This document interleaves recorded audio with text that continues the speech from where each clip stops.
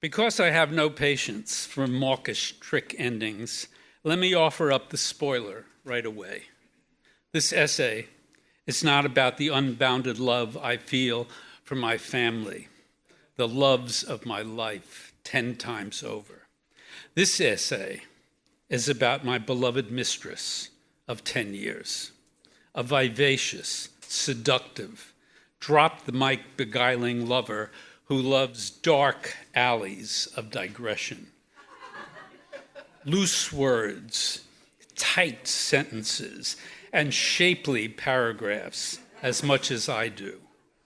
A lover who knows a good story transcends everything prosaic and unsexy and transactional in this tawdry quid pro quo world. Writers read, my squeeze on the side. As I've learned over 10 years of helping to curate shows at Writers Read, expressing affection might be the most challenging kind of writing, especially if your intention is to avoid sticky sentimentality.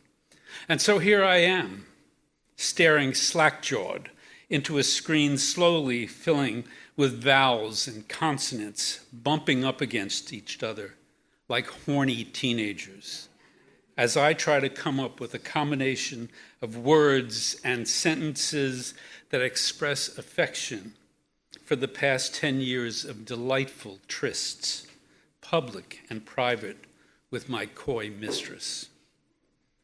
So please bear with me as I steer the narrative down this non-secretarial dark alley, the number 10 itself, which brings me to Patty's and my first date, December 10, 1967.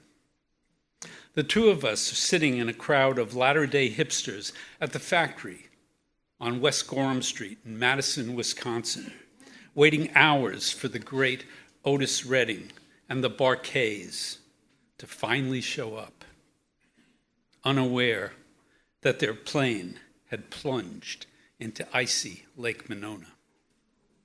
I'll let that sink in for one moment. Despite what far too many people might assume about bad omens and the alchemy of attraction, 57 December 10ths later, Patty and I are still together, still in love, which in turn brings me to the point of this digression. Although no one died at my first tryst with Writers Read at the Cell Theater on 23rd Street in Manhattan on June 14, 2014, it was clear that very few in the appreciative audience imagined our affair would last 10 days, much less 10 years. Indeed, the dalliance has not only lasted, but thrived, finding more ways than are listed in the Kama Sutra to keep the initial flirtation alive and fresh. And as happens with longtime lovers, I have learned a thing or two about loving and writing from my mistress along the way. 1. Eric Siegel's famous line from his silly 1970 book Love Story is as wrong-headed as celibate St. Paul's schmaltzy epistle to the kind of love that only exists in Nora Roberts novels.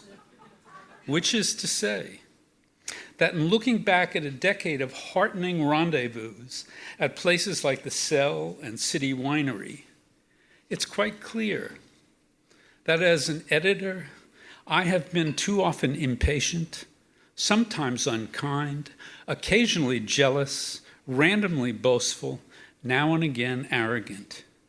And in now taking stock of the past decade, I am certain that love always means having to say you're sorry.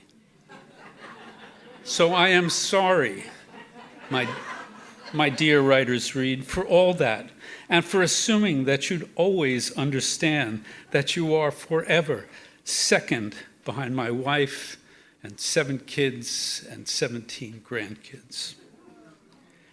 2, As I sit behind this pixelated confessional screen of my own making, I see clearly that saying sorry is meager compensation if it isn't accompanied with words of love. So here they are. I love you, Writers Read. I have loved our stolen Sunday afternoons with every syllable of my being. I have loved the editorial meetings with my dear Red Pen colleagues, Ed, David, Rhonda, Lisa. I have even loved reading through the thousands of submissions that have come our way, trying to find the ones that make words lift magically off the page. And I have occasionally loved, well, let's use our words carefully, Steve. I have once or twice loved over 10 years the board of directors meetings. I love you, Writers Read, because words matter. And because, as everyone at Writers Read knows, the right words matter 10 times more.